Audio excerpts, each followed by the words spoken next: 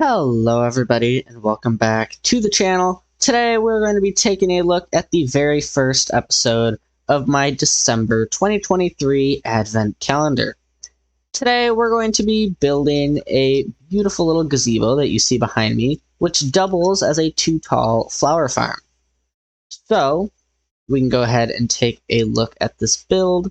It's a very basic build, but I think it's relatively nice and gets the job done at the same time. I tried multiple iterations of this, and this was the nicest one that I could come up with, so I hope you guys end up loving it just as much as I do. Now, if you're interested in the rates of this farm, after running it for 5 minutes, this is how many rose bushes I got, how many peonies, and then in the bottom chest is sunflowers and lilacs. On average here, you're going to have just over 15 stacks of whichever flowers you put in here. And of course, if you put 4 of the exact same type of flower, or 2 and 2, you're going to get over 30 or maybe even over 60,000 of that type of flower. Again, depending on how many of what kind you put in here. I decided to fill it with 1 of each of the 2 tall flowers. And now, if anybody is wondering why I didn't put the new pitcher's plant in there, that is because the pitcher plant cannot be bone mealed. I'm currently spamming the bone meal button as hard as I possibly can. If we just come over here, I will turn on my auto clicker. You see, it doesn't work.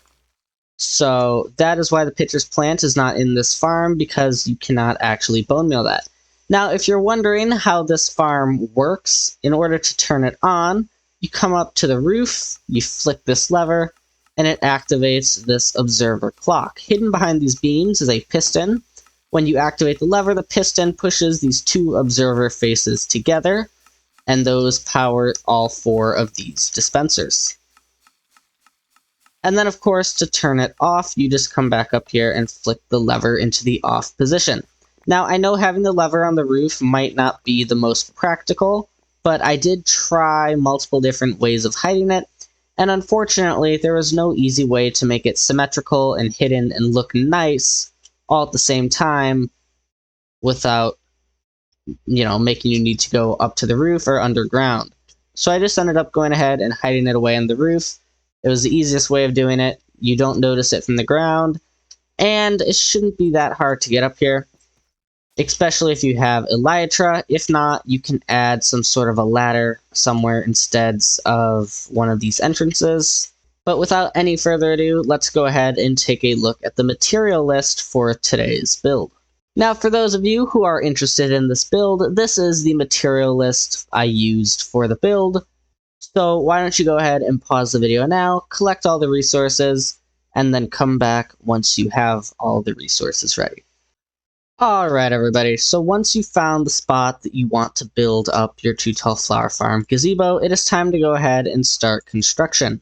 So for the bottom layer, you're going to need spruce planks, rooted dirt, or grass, normal dirt, whatever you want. I just thought the rooted dirt looked the nicest, and some spruce stairs. So you're going to get your center block mapped out, you're going to come out 1 more, do a rooted dirt. Now here I had a row of the spruce stairs for texture.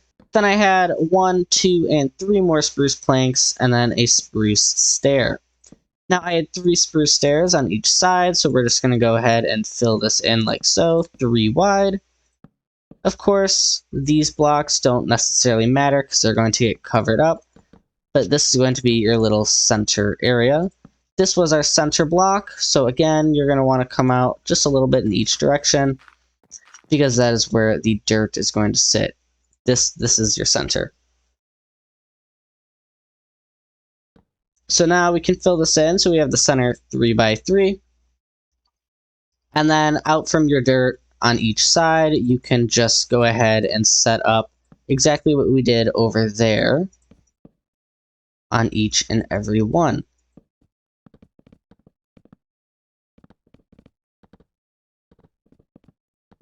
Now, once we have this, it is time to go ahead and actually set up the roundness. Now, for this, what I did is I put a stair there, and then I went off of it like that, so you get the nice angle on the stair.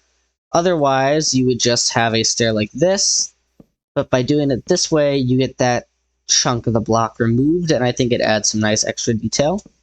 Then I came out by 2 stairs like this. We can come on over to this side and duplicate this just like that. And now, here, we're going to come back by 1, and then this is where our stripped logs would go. And then you can just fill in the rest with your planks, and if you are choosing to do the spruce stair pattern on the floor, you can go ahead and fill in your stairs. Then what you need to do is replicate that in the next 3 corners.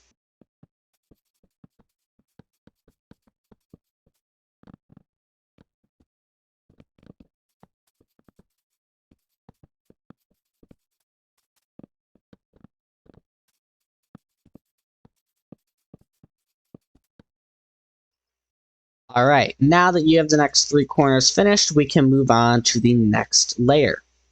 Now for the next layer, we can come on over into the middle here. This is where we're going to put in our dispensers. In the middle here, you can just put any random block, but you do have to have a block here to actually power the dispensers. Next up, I'm going to put in the stripped spruce logs. We're going to put a fence, or not a fence, sorry, a sign on every single one, just to add a little bit of extra detail. If you want, you could put a pattern on these signs using lines or underscores, whatever you want. I'm just going to leave mine blank, however. After that, it is time to go ahead and bring up each one of these stripped spruce logs by 1 more, and then put on a pressure plate covering the top. Now, we just have to add in our fencing. To do that, we're coming from that stripped spruce log with the pressure plate on top, out by 2, across by 2 more, and then out by 1. And we're doing that on every single chunk of this build. You should have to replicate this 8 times. And there we go. Now it's time to go ahead and build the next layer. Now I actually went ahead and grabbed stuff for the next 2 layers because they're both pretty basic. So let's start out in the middle. We're going to cover each one of those stripped spruce logs with a trapdoor and a spruce stair on top of every dispenser. Now in the middle of those spruce stairs, we do need to add in an observer facing upwards, just like this. And then, of course, we have to refill the area that we just destroyed to get that in there. And then, for the rest of this layer, you just have to bring up each of these end fence posts up by 2. Again, you should have to replicate this 8 times. 1 for every single area where the fence posts need to go up. Now, for the next bit, let's go ahead and finish up this middle section. Now, in order to do this, I'm just going to place a temporary block right here, and a dispenser facing down. I recommend that you leave that gap in the middle, otherwise you're going to be listening to your dispensers clicking the entire time you're building this. Now you're also going to need a sticky piston facing downwards, right there, and then you can stop and leave that alone. Next up, we're going to grab some cobbled deep slate walls and put one on top of each fence post that is 3 blocks tall, so you should need to do this 8 times. Then, in between all of those cobbled deep slate walls, we're going to add 3 oak trapdoors. The reason we're using the deep slate walls is to bring the side 2 trapdoors down. That way, the middle trapdoor at its normal height looks like there's a bit of an archway. A very small and minuscule archway, but a archway nonetheless, which just adds that extra little bit of detail. Now we can grab our cobbled deep slate stairs. We're going to place one sideways on the edge of each one of these walls. Then we're going to come out to the back like this, and pretty much you're just going to follow the fence posts below, following that general shape, and then there you go. However, on the end here, when you place it on the wall, you kind of have this open face. So come back around and place it on the wall. place it next to the wall. Right, it's a bit tricky, but if you place it next to the wall like that, and then out the back, you get this rounded look right there, just like we had on the other side. And then you can go ahead and finish connecting them up. It is a little bit of a game. You have to place the blocks in a very specific way. Otherwise, you are going to get a bit of a weird look. And I'm realizing that I didn't even properly follow the fences. So, wow. All right, there you go. But you see you have that nice face of the stair, kind of hiding it away a bit. Otherwise, you get that flat, open face like that, and it just doesn't look as nice. Now go ahead and replicate this for the next 3 chunks.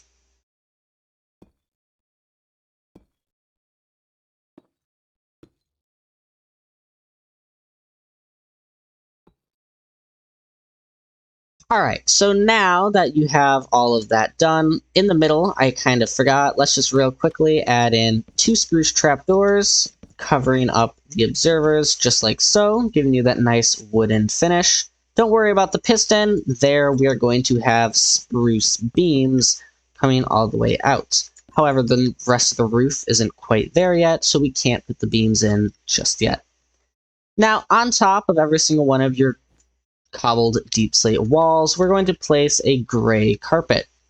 This way, you're just going to get a bit more of an archway when we then put in the cobbled deep slate slabs on the fence gates. And if we just stuck the slab there, it looks a little bit blocky and weird. This way, it looks a bit more like there's a flat top. And once the rest of the roof is put in place, that carpet becomes a little bit more hidden, especially if you're looking at it from the ground. If you're looking at it from above, it is a bit more noticeable, but it fits in and looks really natural at the same time. So don't worry about it looking a little weird once it's finished. Now for the next step here, we're just going to continue with our roof. So to do this, we're going to fill in these 5 stairs here. And then we're just going to continue to follow the edge of the last section of roof that we previously did, until you get all the way over to the next section of 5 stairs, where you will then put those all in.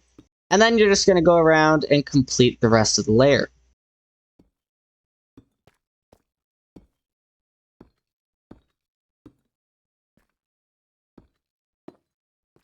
Now, when you get to this point where you put in this stair and you have this, just go ahead, break that stair, put the stair in behind, and then put that stair back, and it should link up perfectly. Now, for our next layer, it is, once again, just the exact same thing. We're going to grab out the cobbled deep slate stairs once again, and carry on going around the entire layer until we get all the way back to where we started.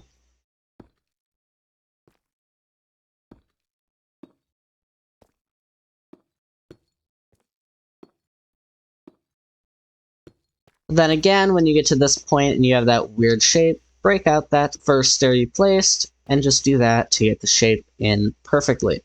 Now for our next step, we are going to grab out our cobbled deep slate slabs, and on each section of your roof, we're just going to fill in these 2x3 areas, and then don't forget that extra 7th slab. This way, you're going to get a nice little cube in the center of your gazebo.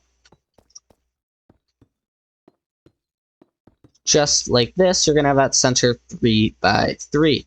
Now go ahead and grab your gray carpets, place one in each one of these locations. You can now grab out your stripped spruce logs once again. We're going to place 2 on the edges here, so you have this middle block where your carpet is, then 1 in front. Once all your logs are in place, we can grab out our spruce fences. Oh, I lied. I'm sorry. Actually, your carpet needs to come out 1 more block forward because your fences are actually going where your carpet currently is. Sorry. And then also don't forget to put a fence in between each of these 2 logs, just like this.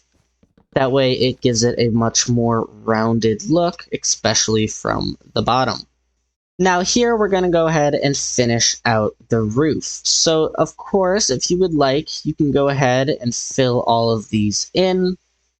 I would recommend that you put in a spruce log in the center there. That way when we add in the beams down below, it looks a bit more realistic. You can go ahead and put your lever on top of that spruce log. Then you can also go ahead and test it, make sure that your piston actually extends. As you can see, mine did. Now we can go ahead and turn that off so that you don't hear the dispensers clicking 24/7. Now that we've got the lever in and we know everything works, we can go ahead and grab out our cobbled deep slate stairs. You can put a temporary block on top of that stripped spruce log, put a cobbled deep slate stair in front of it, and remove that temporary block. We can come out 1 to the left, 3 to the right, and you should get 5 stairs. Now we can do behind that stair, in front, go across by 4,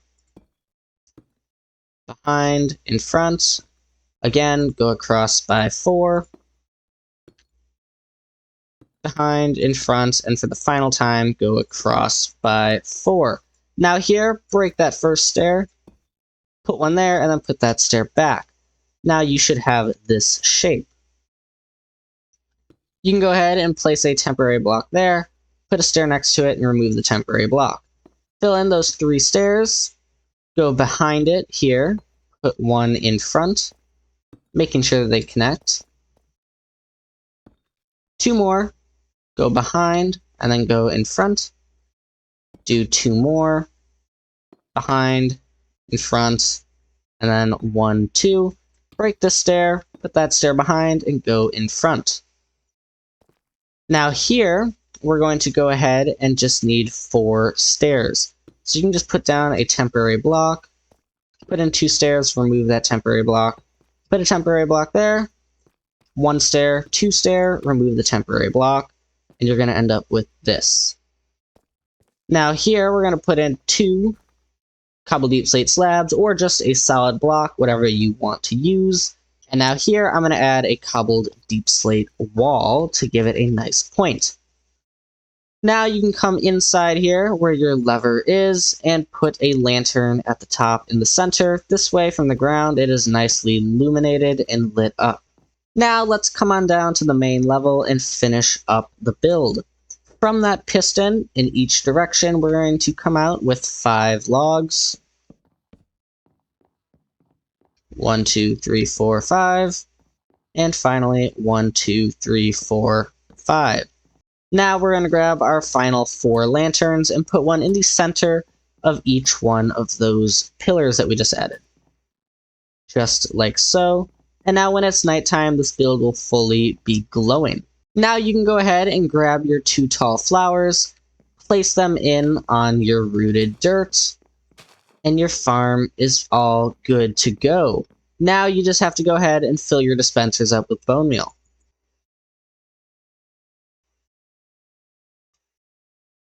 And now that you have all the bone meal inside of your dispensers, your flowers in place, and your build completed, you can go up to the top of your gazebo, flick the lever, and watch as you get all the flowers for all the dye you could possibly need. If you have enjoyed this tutorial video, please be sure to smash that subscribe button and leave a little like. And of course, come back tomorrow because there will be another December 2023 Advent Calendar tutorial for you all to enjoy. Anyways, this has been Mr. Gaming Aquatic, and I hope you have a very happy holiday. Goodbye.